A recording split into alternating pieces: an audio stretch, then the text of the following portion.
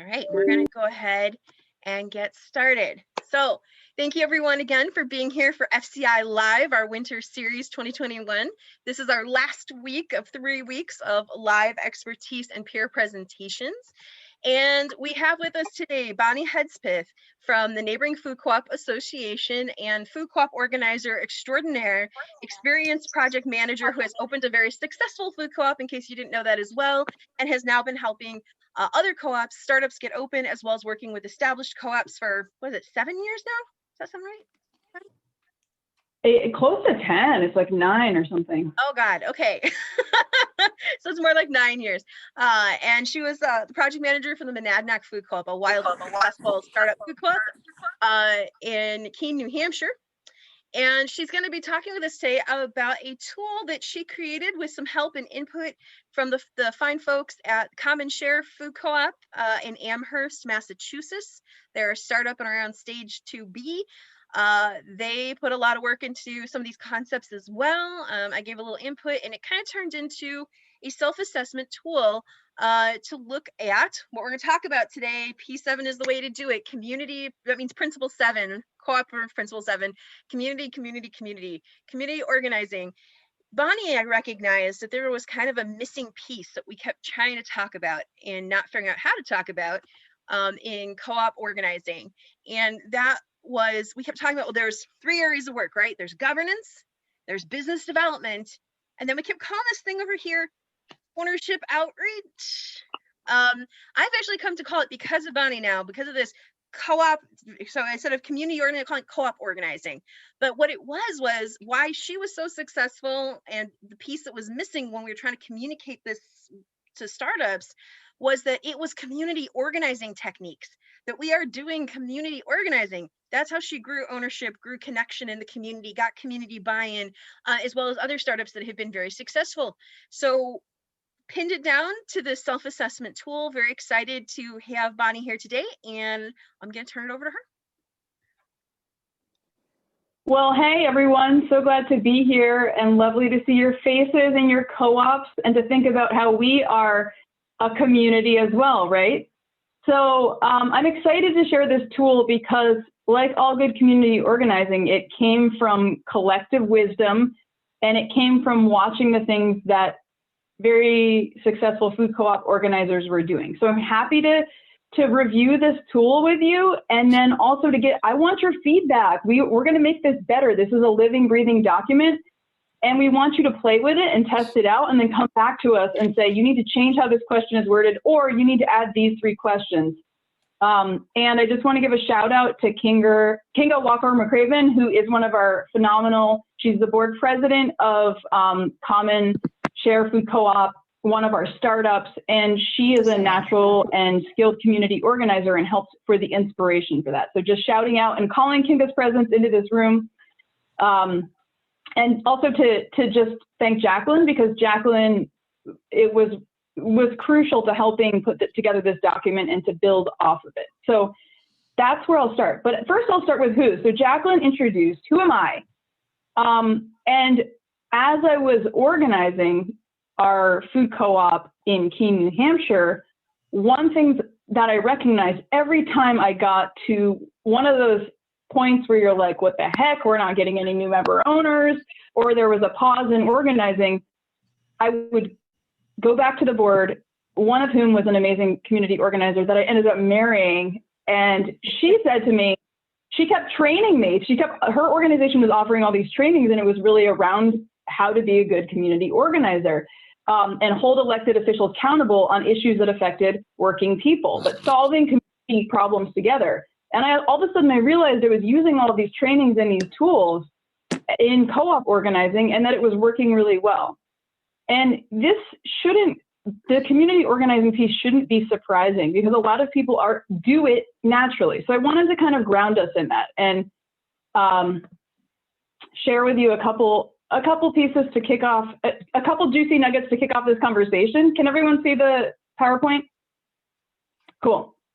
So I would this is something that keeps coming into my life and is really resonating with me. I just wanted to start off by sharing this. It is a poem from Clarissa Pinkola Estes, American author. We do not become healers. We came as healers. We are. Some of us are still catching up to what we are.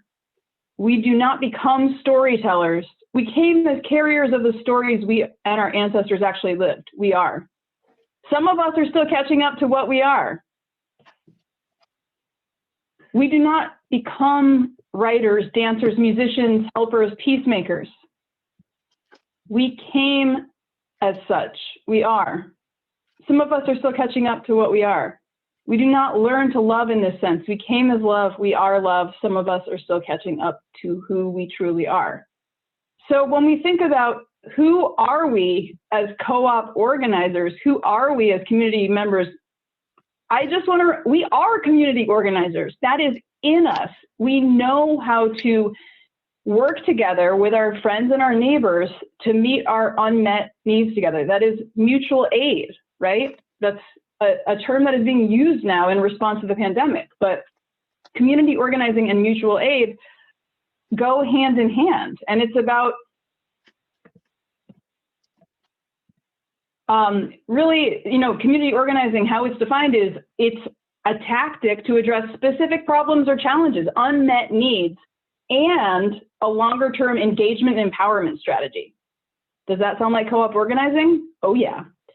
It's also thinking of how members of our community are organized to act collectively on behalf of our shared interests. Does that sound like co-op organizing? That is co-op organizing in a nutshell, right? So just knowing that we are part of this larger movement. We're not just creating grocery stores, right? We are creating a movement, and our NFCA, the Neighboring Food Co-op Association, what we talk about is we are more than good food. Our open food co-ops are more than good food, right? We know that. And so I wanted to just pause for a moment to think about, well, we're building a movement, right? And so that we approach that differently when we acknowledge that versus we're building a grocery store, because we're doing both. But knowing that we are doing community organizing and then being able to leverage the tools of community organizing, which are expansive and constantly being updated and innovated by amazing community organizers across the world, right? So the question is, how do we build this movement together, right? As community organizers. And that's where this community organizing assessment came into place. Something to ground this assessment in is thinking about what are the ways that we can develop food co-ops, right? And I just want to give a shout out to Ed Whitfield from Fund for Democratic Communities, did a fabulous presentation back in the spring, right, Jacqueline, with the co-video series about mutual aid. And he talked about like there's three potential ways we can develop our co-ops, right? We can do it with a capitalist model. How do we maximize profit so we can return as much back? It's still returning it to patrons, to the people that own it, right? To our community members, but still it's kind of a capitalist framework. Or there's a charity model of organizing. How can we do something for those poor people? We're doing great things for them. Or there's a mutual aid model, which is what we're kind of talking about with this assessment, is trying to get us to that point of it's rooted in solidarity. We're all in this together. We all need good food. The problem we identified is a collective problem. This is an all of us situation. It's not a Bonnie as a community organizer. It's not a Jacqueline as a community organizer. It's what are we collectively bringing to the table? So I think that's important as a framework for jumping into this assessment. And now we can do that. And I have questions for you all. So the question I have for each of you to sit with is your vision rooted in your community? It's my first question for you. So I want you to think about that, and we're going to talk about it. My second question for you all is your leadership rooted in your community? My third question is, who's building this co-op? Not just you. Who is it? And my fourth question is, what's happening right now, right? what are you doing to build your community right now before you have a grocery store? And that's the framework that was really the basis for this assessment. So I'm going to stop sharing this and share the assessment so we can actually look at it. And I hate that word. I hate the word assessment. What should we, but really we wanted it to be instructive as to how it can be used. So can everyone see the, okay, great. The idea though is that you could use this resource and that you would give it to your leadership team to take. That everyone would fill this out individually, so you can now all take a pause and be honest with yourselves as you're filling it out. And then if for any time you score lower than a 4, which means you either somewhat agree or disagree in various levels, then you would come back together and write an explanation in the notes, right? Why don't I agree with this piece of our assessment? And then you can bring that back to your leadership team and use it together to come up with some collective, it will become apparent very quickly some areas of community organizing that you need to work on.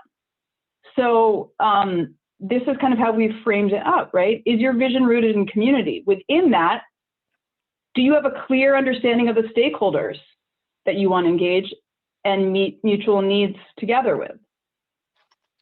Was your community discerned? And Jacqueline, feel free to jump in because you contributed a lot of ideas to this too. But, was your vision discerned in community with input from stakeholders? And is it addressing the needs that your community desires? Does it feel like a collective vision? Or does it feel like a vision of 9 board members? Right? Because it's easy, there's so much work that we all have to do. It's really easy to just get together a small working groups, bust the vision out, and be like, okay, we've done the thing. Okay, let's go out and ask for membership, right?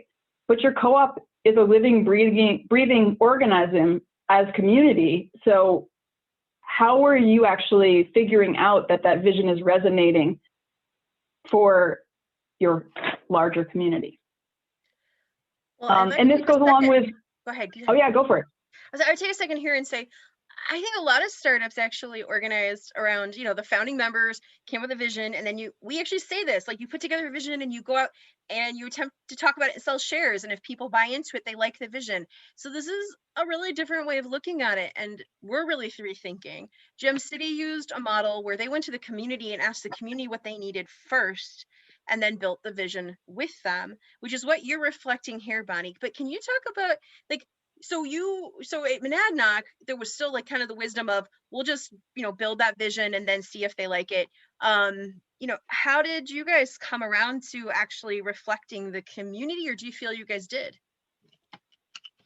That's a good question. I don't know that we did not. I wish I had this assessment, go back in time to have this, right?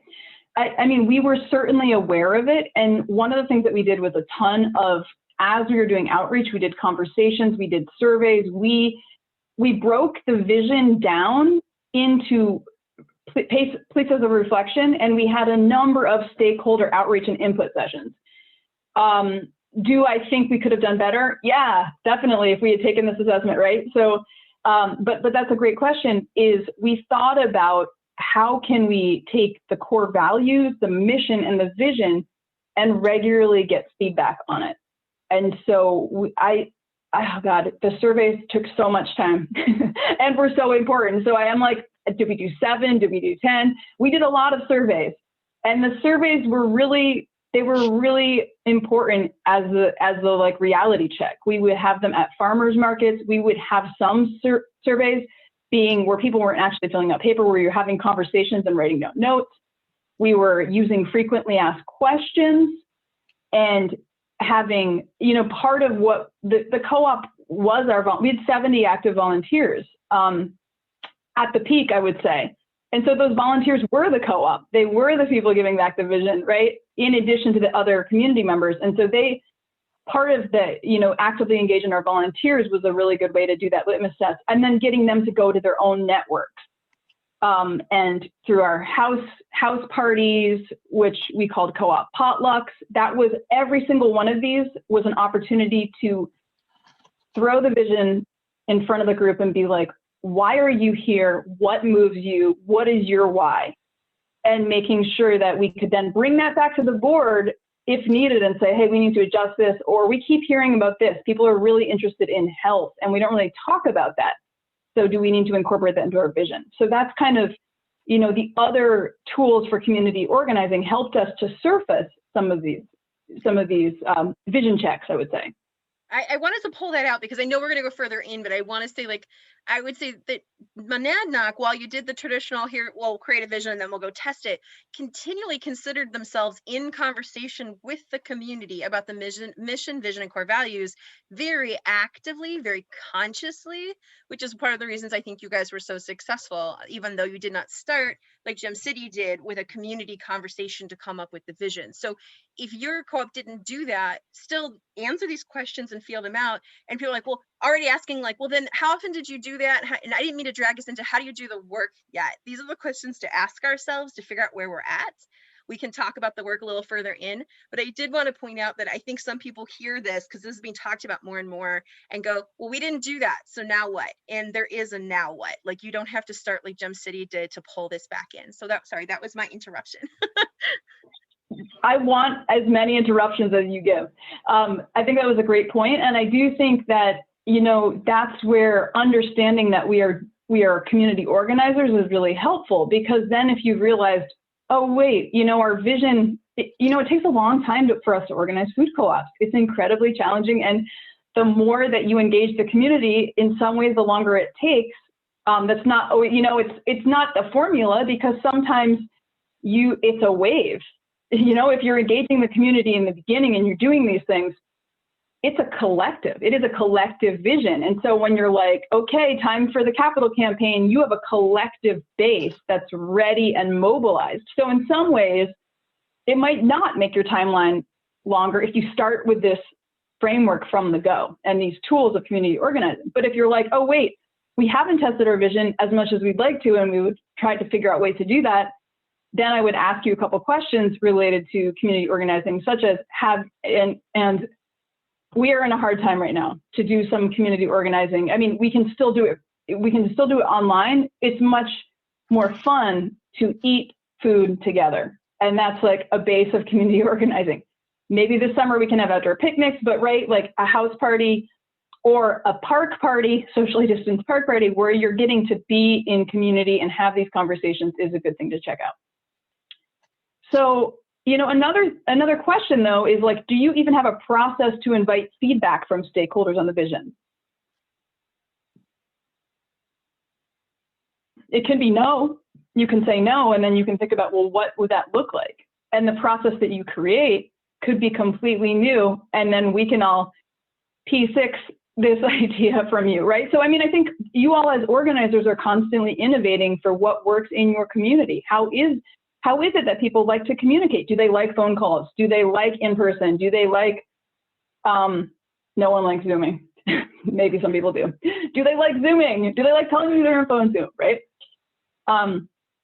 And then, you know, to wrap up this section, I think it's really important that your leadership has a clear understanding of the cooperative identity and commitment to the cooperative values and principles. And that's been coming out a lot in national conversations about our cooperative movement and the reckoning that we need to do around injustices that surface in our movement, because we are people, and the injustices that affect our communities also affect our cooperative movement, right? But thinking about when you're looking at least you're understanding cooperative identity and values and principles to help you tell your story of who your co-op is, why you're different, and why you're doing this transformative work. And I would just say one resource that's really helpful around this area is the ICA, International Cooperative Association, the Alliance Association. They have guidance notes on the cooperative principles. That's a living, breathing document that is updated by a diverse group from around the world representing different types of cooperatives. So it's updated. It's not a 200-year-old document, right? It's a document that is updated to be relevant for the times. So the guidance notes are helpful and inspiring. Okay, leadership. Let's talk about leadership. Does your leadership reflect who your co-op is being built to serve and build power with? Right? You're building power together. When Jacqueline and I we were lucky enough to get to work together in person a couple of times in our region. And when we do board retreats and we ask the board members, why are you involved with this work? It's like the number one thing that comes up is the people. You know, the people that I've met, the people that we get to work with, the people and the skills. It's like people and skills, what I've learned as a leader. So are you actually reflecting who your co-op is being built to serve, right? If you're not, that's important to note and to figure out what you can do. I'm trying to figure out who it is, but folks, if you're not speaking, can you mute? We're having some interesting sound effects. Thank y'all. Oh yeah, good. Yeah, that worked. Okay.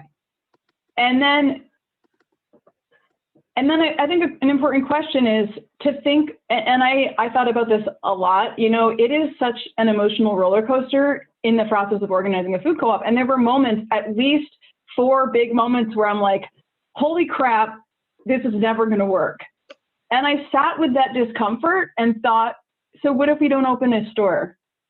And I always pushed forward because I thought, we're doing transformational community building. We're doing transformational building of power collectively. We're building transformational relationships. It felt like we were building up leaders and broad leadership capacity in our community. And like your communities, I'm guessing, one of the things that kept coming to the surface was a hub. People were so hungry for a hub. They saw the co-op as being a hub. And I would say that is one thing that defines, I don't think it's an exaggeration to say, co-ops are community hubs. And so building up leadership and capacity, even if your store does not open, we don't like to think about that, but even if it doesn't, you will have transformed your community, right? And that's a really important piece of the work. I don't know that I'm going to go through all of these, but one thing I wanted to call out is around this thing around trust. Organizing, relationship building, move at the speed of trust. Have you heard that before? Raise your hand, right? So trust, how do you build trust?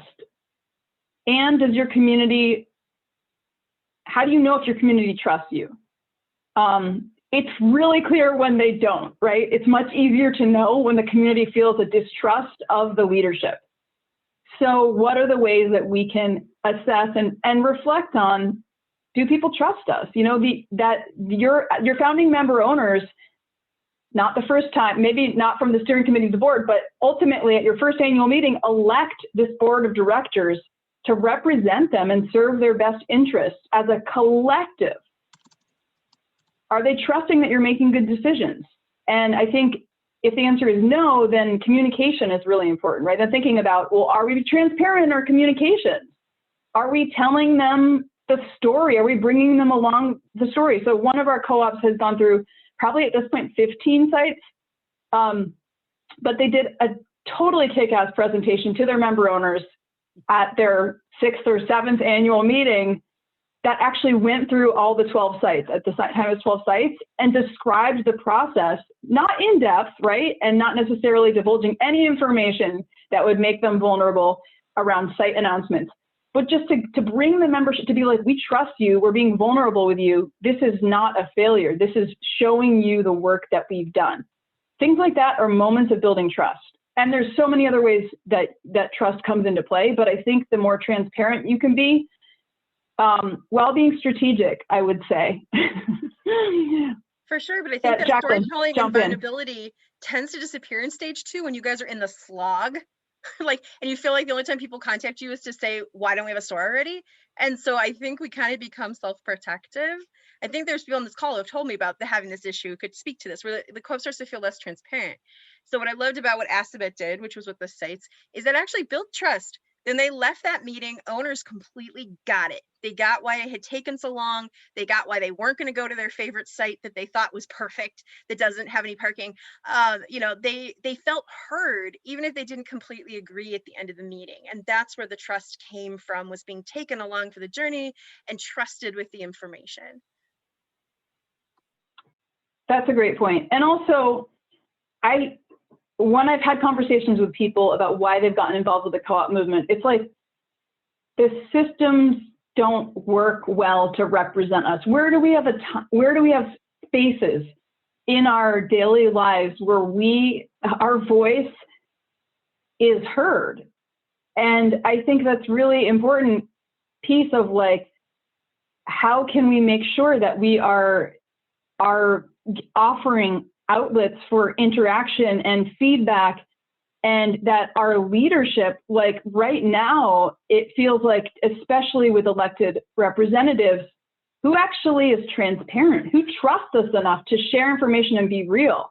It feels like not very many people, right? So how can we, as leaders, be transparent, be trustworthy by communicating what we're doing and not hiding stuff, and so that if we have to make a tough decision, that it's not dropping a bomb, right? That it's like member owners and the community has come along for the ride with us, and they're like, oh, we are allies in trying to solve this problem together, not this distant group of leaders who has all the answers is going to solve this problem, or this distant group of leaders totally messed up, we are angry at you, rah, rah, rah, right? You don't want those scenarios. You want the scenario where we feel like we're collective. We feel like we're instrumental to making this thing happen. And that's where you're going to also see bump up in your member owner numbers. That's where you're also going to see your capital campaign happening much more seamlessly than you think.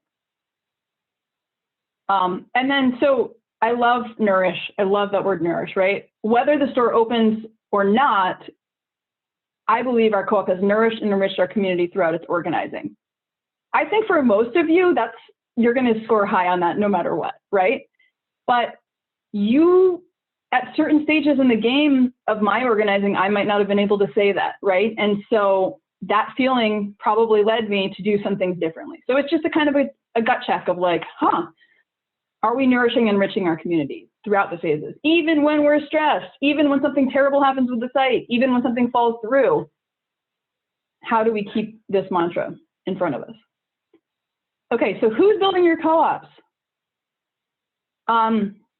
If you have events and classes and annual meetings with a small, awesomely dedicated subgroup of membership that shows up to everything, that's groovy for that one group, but that's not community organizing. And I think that's a really important question, is like, do you have a core group of solid people? And meaning a very small core group, right?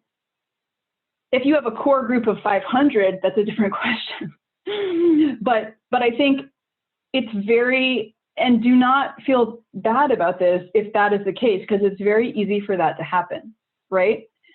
But thinking about, if the same people show up to all of our classes, if the same people show up to all of our events, that's telling us something. We need to extend our reach. How are we going to do that? And always ask yourself, is our member ownership numbers reflecting our growth, or are they reflecting support of our co-op's vision and purpose? Jacqueline has so many resources around that, of like how to go back to not go back to the drawing board, but how to, at various stages, how to revisit your vision and the stories you tell about yourself and your vision. And because if you have not had if you've had one member joining a month for a long time or none, there's something happening, right? And so it's just a little ping, we got to go back and address this.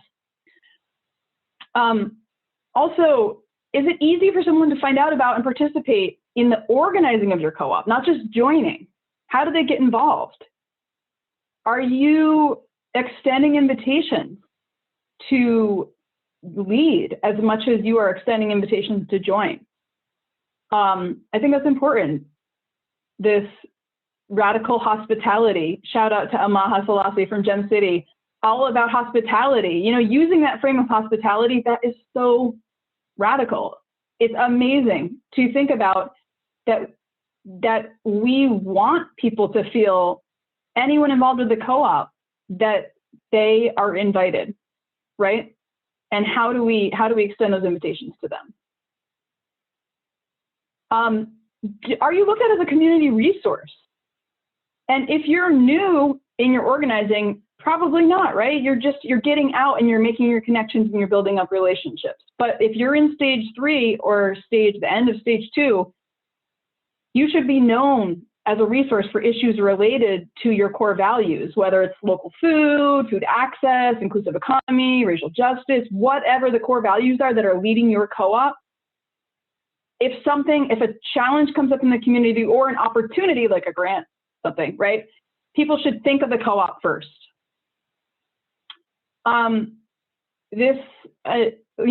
Do local farmers and producers reach out to you? Have you built connections with them? This is a time where that's really important. And I will tell you that at the beginning of the pandemic, when the supply chain issues in our country were exploding, guess which of our established open food co-ops weathered that storm with ease?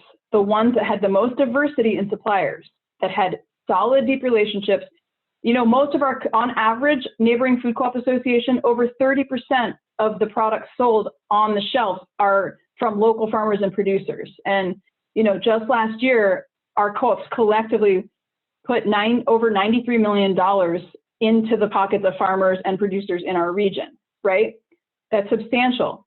So reaching out to them early and starting, even if you just have a database, a spreadsheet, you're not doing any negotiations with them. You're not saying, yes, we're going to stock your product, but having some form of relationship and then showing up to advocate for them as well, right? On if it's farm bill stuff, you know, there's a number of ways that you can think about how that already starting that relationship, putting yourself out there, asking, hey, what can we do to help you, local farmers? And then, are you reaching a large percent of your community across demographics with consideration of justice, equity, diversity, and inclusion? Meaning, how diverse is your membership? Going back to that first question on this assessment, which is around having a clear understanding of the stakeholders that you are building power with, right? If you're building power with them, they need to be on your board, or they need to be on your committee. They need to be in a leadership role. And if they're in a leadership role, then the rest of this evaluation is going to be much easier to fill out. And then I think cooperative identity is really important, particularly in this world where we're seeing how the capitalist system is failing our communities, are failing us personally and failing our communities, right? When profit is the bottom line in times of crisis, it is very harmful. And that is what's happening. We are seeing that harm manifesting in terrible ways throughout this pandemic and recession. This is a really good opportunity to talk about the cooperative difference, to talk about how co-ops put people over profit. That sounds radical compared to the rest of the way our freaking country runs, right? People over profit. That's something that resonates. And when you put people over profit, when you open the doors to your store, you can offer needs-based discounts, right? That's what our co-ops are doing, food for all programs for low-income community members. Our co-ops are working on doing small grants to farmers to help them boost up their infrastructure to, you know, there's a number of ways where when profit is not your bottom line and where the collective needs of your community is what drives you, that you're going to be able to accomplish unimaginable things, right? So I think telling that story in your communication to co-op members is important, because I'm guessing of your membership, there's a lot of people that don't fully understand what co-ops are. I still don't fully understand what co-ops are. There's pieces to co-op, you know, like the more you develop the governance, you understand the systems better, but there's always more work we need to do around our cooperative history, understanding our cooperative history and how cooperatives have been used for liberation across communities, across the globe since the beginning of time. We're literally here and sitting here today because our ancestors knew that to survive, they had to cooperate in food gathering, in shelter, in safety, right? Like, we're here because of cooperation. And now we're putting it into a business model to reflect that. I could go on at length about that, so I'll stop myself. Let's talk about power, right? Power to the PP people. Has your co-op built up community power? If you have 9 Dynamo board members, which you won't always, right? Sometimes you'll have 7, sometimes you'll have less, then that's great. And it's limited, right? If only 9 people are building up their skills and are building up their power. So part of what that involves is, are you building from the beginning? Have you been actively going out to build strategic alliances with community leaders from a variety of community organizations that reflect your co-op's core values, the why behind what's driving your organizing? So community health organizations, food security organizations, faith leaders, youth support, chamber of commerce, food justice, economic justice, other cooperatives and credit unions who will help and give you, like, Cabot, shout out to Cabot Creamery Co-op in Organic Valley. They like give out cheese samples for our startups at their events, right? That's a superficial bonus, but it's really important to be connected from the beginning and building alliances that are also going to help reflect back and help you continue expanding, thinking about what could our co-op look like? What other issues? Your community health organizations are going to maybe bring up some other issues that you're like, oh, the co-op can actually help address this. Here's how we can do it, right? And this is, related to this is co-op champions. It's really important to have co-op champions. In our community, we had a co-op champion at the Chamber of Commerce. This woman knew everyone and their brother.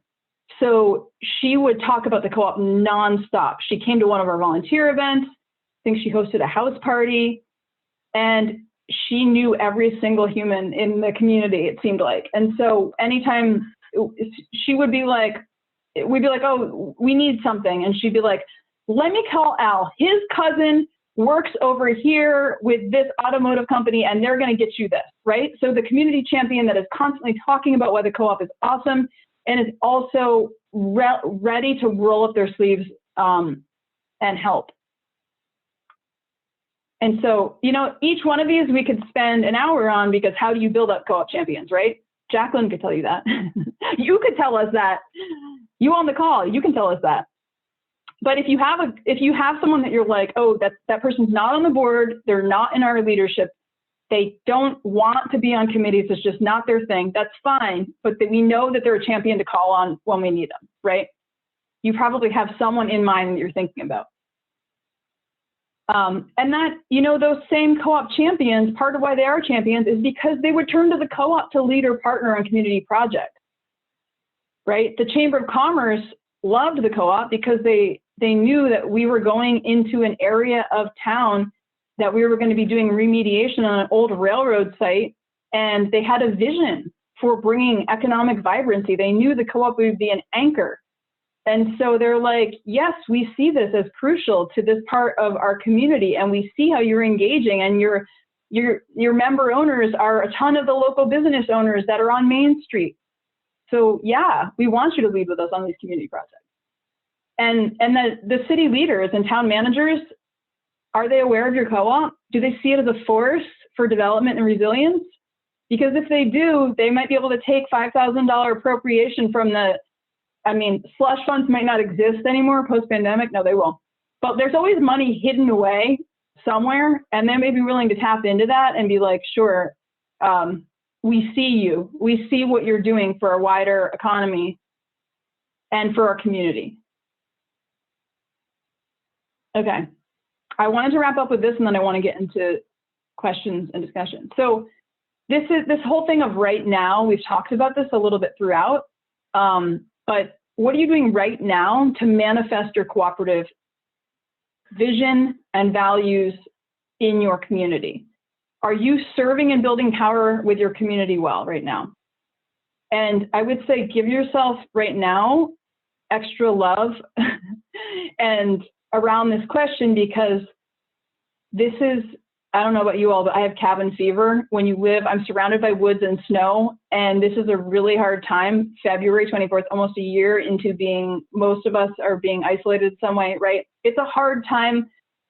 It's a hard time to, it might be a hard time to take this about assessment, right? Because the last year has created a bunch of challenges. Although the last year might have led you to do more direct mutual aid and ultimately address a lot of these things.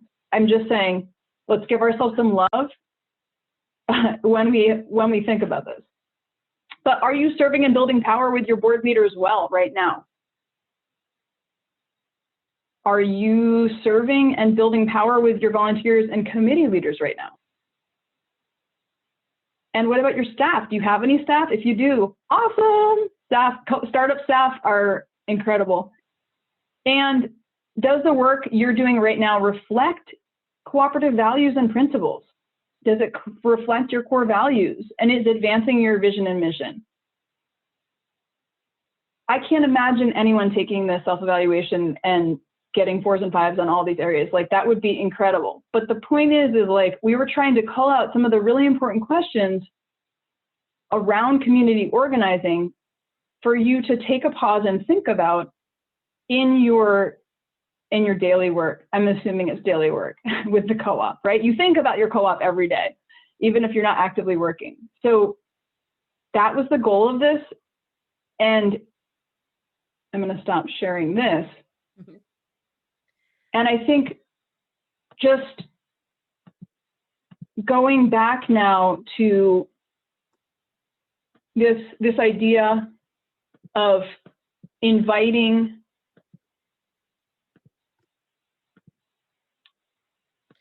you're doing relational organizing, right? So this idea that I mentioned, Amaha Selassie from Gem City, talking so much about the invitation, like how do we build a community space so compelling that it draws people together? And I think that's what the community organizing assessment tries to get to, right? It's compelling if you're acknowledged that your voice is important. It's compelling if you're asked. Sometimes it just takes us asking. If you're asking people to lead regularly, how regularly are you asking people to do stuff for you? Should be all the time.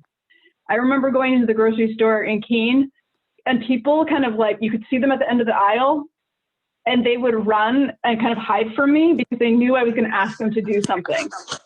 That's the level of asking you should be doing. Not really. It's kind of a joke, but you know, like you should. Okay. I know when I ask people, when I'm asked by people to do things, I consider it an honor. I consider it that they're trusting me and that they're like inviting me and that they think I can do it. It's faith, it's trust. And I think that to remind ourselves that we should ask. It's very easy in our dominant culture to believe in this like rugged individualism bullcrap. It's like that's how we have to unlearn that every day in our co-op organizing, and community organizing tools will help us collectively unlearn that. So to just remember, get a gold sparkly you're invited invitation to your member owners, and know that we're building real relationships both on trust and shared values and shared commitment. Can I please ask anyone who's not speaking right now out loud to mute? Thank you. Bonnie, do you mind I would like to go back for just a second and talk about how to use this as a tool. As you heard, there's 5 main questions, which is your vision rooted in community? Is our leadership rooted in community? Who's building this co-op? Has your co-op built up community power? And you don't need a store to be a co-op. What are you doing right now? So those are the 5 main questions you guys came up with. And the idea being, I believe, like to have the entire board take this and come up with a co-op wide score, but also to notice where your scores are very different. If you've ever done, self-assessments as a team, that's what you're looking for, is both what's our collective score and where was there wildly different answers. If we're all in the 3-4 range, that's one thing, but if we had some 2s and some 10s, those are some points. Don't take this going, and then it's going to tell us why we suck. and I think that sometimes that's the feeling. And I don't know about you, but my feeling is when people take this, the conversation itself changes the co-op. And 2, my goal would be to take 2 action items out of what you learned and really focus in and execute on those. The 2 things that were okay, we could do these things, and it addresses area 2 and 4 and 5 where we had concerns. And to really take away 1 or 2 action items. Like, these are our areas of concern. This is where we need to do better community organizing, or where we have a lot of room to grow.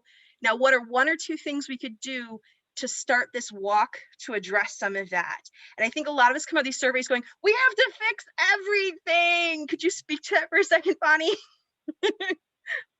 Yeah, you don't have to fix everything. And I think that's right on, is that the 2 areas you might focus on, maybe 1 where you collectively, whoever took this in your leadership group, and I would extend it beyond your board. Think about who your leader, I would ask your volunteers that, right? On your committees, I would ask your members. Wouldn't it be cool to have some of your members take it that you aren't as connected by? Be like, take this. That would be awesome, right? But if you wanted to start with start with 1 group, take it, do it with your board, do it with the committees, your committee members, and see where there's resonance and see where there's dissonance. And if it's like y'all score really noticeably low on 1 particular question or 2, go at that and use community organizing to address it. Use your collective wisdom. Not 1 person has to take it. You shouldn't be taking it personally. You should be saying, aha, this is a pivot. This is an area where we can pivot, right? So and like Jacqueline said, if there's an area where half of your organizing group takes it and is like, we are so good at this, we have got this, and the other half is like, oh, we are not. That's rich, right? You want to dip into that, and you want to think, okay, well, let's talk about this. This is going to be a juicy discussion.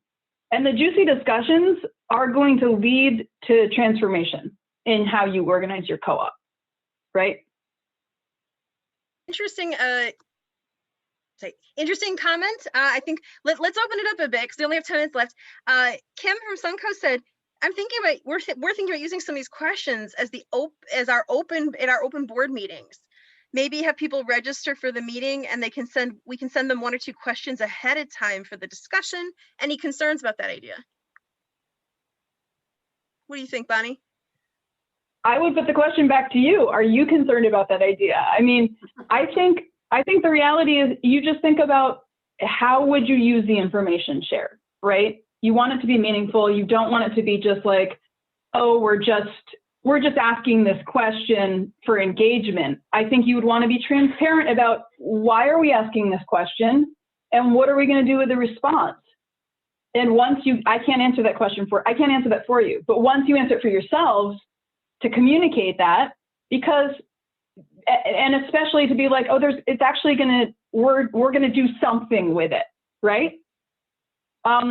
So I think the process of understanding that process is going to lead you to feeling comfortable to do it or not.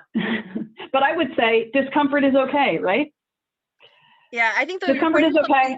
I would definitely agree with, which is asking for feedback with no plan to do anything with it is something I would avoid. And so, that actually pisses people off more. So it makes them feel less engaged. So it's make sure you know what you're going to do with it. My lean, and I know you're being like non-prescriptive, and here I'm being prescriptive. So you can see the difference. Like, my lean would be, take it as a board, find your strengths and weaknesses, what you think they are, and ask people those questions. What do you think about the co-op in these areas? And see if you were right about where you're strong and where you could probably do the most work. That would be my lean, rather than throwing it all at them, getting this feedback and not knowing what you're going to do with it yet, because you haven't really thought as a board yet, what are we going to do about this stuff? What do we need to do about this stuff? How much can we do about this stuff? I would hate for you guys to take feedback and then kind of just do nothing with it, which is, I think, what Bonnie was pointing to, is that, you know, taking feedback turns into work. So make sure you're ready for it. Right. And I like Jacqueline's prescription, because if I said to you all, what do you love about me? What could you change? That, you know, I mean, granted, those are not the questions that you're doing. Those aren't the questions, but when you're giving when you're looking at and describing the process, our board is really focusing on these. Now we want to hear from you, right? That process is is going to actually give you information that you can do something with, that's in alignment with the organizing process already you're doing. And also could take questions. I have seen this in other processes outside of co-ops, where there was a lot of non-alignment between the board about how you're doing on something, and adding in a couple of those questions to see which of you was right, I think can be really helpful in getting some clarity too. So I actually think it's a neat idea, Kim. I just think, you know, mind the stops, as Bonnie said, you know, you have to do something with that feedback. Yeah, absolutely. Thanks. Other questions for Bonnie? Comments?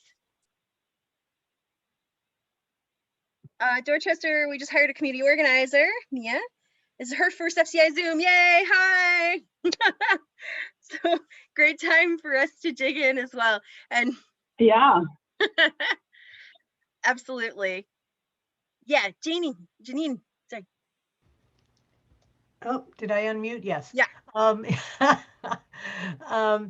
So Amaha was a guest at our recent board meeting. It was incredible, because this is exactly what we were talking about. So this couldn't have happened at a better timing. Yeah, I mean, the timing is perfect. But one thing that he said, we had, and Jacqueline came up with the name for us, our community cultivators, because we're Cultivate Community Food Co-op. So Jacqueline came up with the perfect name. So that's what our organizing, our volunteers are called now. And you know, we kind of had this idea, we were just brainstorming. It's like, oh, we'll just do a different volunteer activity every month. And he's like, whoa, 12 different organizations, that's too much. He said, focus on 4, maybe 6. And that way your relationship with those organizations will go much deeper than just a superficial one-off, you know, once a year kind of thing. And it just made so much sense. And then it also was like kind of a relief, because like, oh, thank God we don't have to find 12 organizations. I mean, maybe eventually down the line we'll have, you know, 100 organizations that our volunteers are working with when the store is open and everybody's involving their own groups. But, you know, for now, like 4 to 6, that's doable. Amal has amazing. That's a great point. Yes.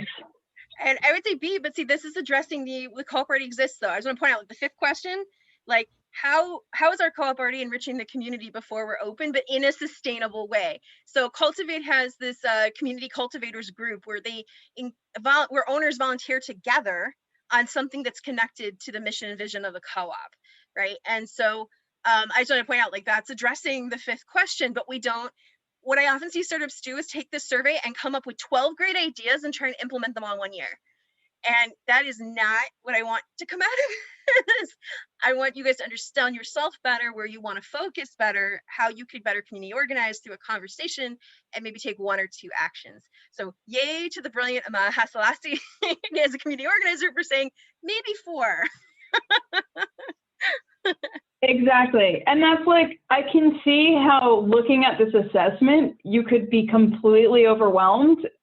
That maybe that's okay. You know, that in some ways it is overwhelming to think about how do you engage the community? How do you build power? Well, how do you build collective power, right? It's not about building power for a group of board members.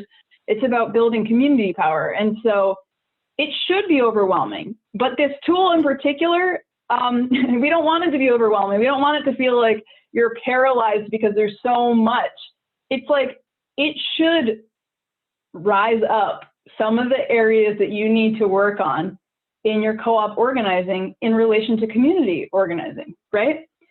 And if you do if you identify one thing that comes out and it's something that you work on in 2021, or is that the year we're in? Yes, 2021, then that's amazing. And you might get to the point where if you're super new, you're organizing your first board, to think about these things on this assessment as you're doing the process to organize your board. Like, that's the goal, is that you're pausing, you're thinking these things, right? You're slowing yourself down.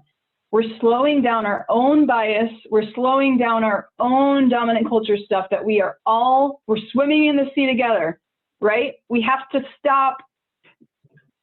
Resistance of the heart to business as usual. Business as usual blows. We do not want that. So this assessment is like slowing us down to be like, where in our rushing have we missed relational organizing? Where in our trying to get the doors in our store have we missed radical hospitality? Where in our organizing have we not built up relationships with our neighbors, right? If we're going into the downtown, the hospital is our neighbor. The Boys and Girls Club is our neighbor.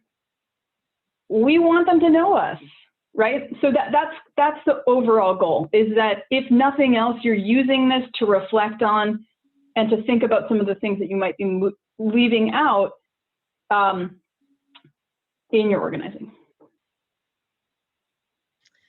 Okay, I want to address a couple comments real quick. Linda from Grand Rapids, Michigan said we're studying a book on sociocracy. Sociocracy is a way of organizing leadership, of democratic organizational leadership, and it's used heavily in the worker co-op movement. So she's going to mention she mentioned the name of the book here if you want to take a look at that. I will say I think sociocracy is amazing for small groups. I think it's tougher when you're supposed to be representing a whole community. But check it out. And then there was some comments about Burlington and how they give discounts to owners in the store for volunteering in the community. And to that I will say, it's so cool, it's awesome.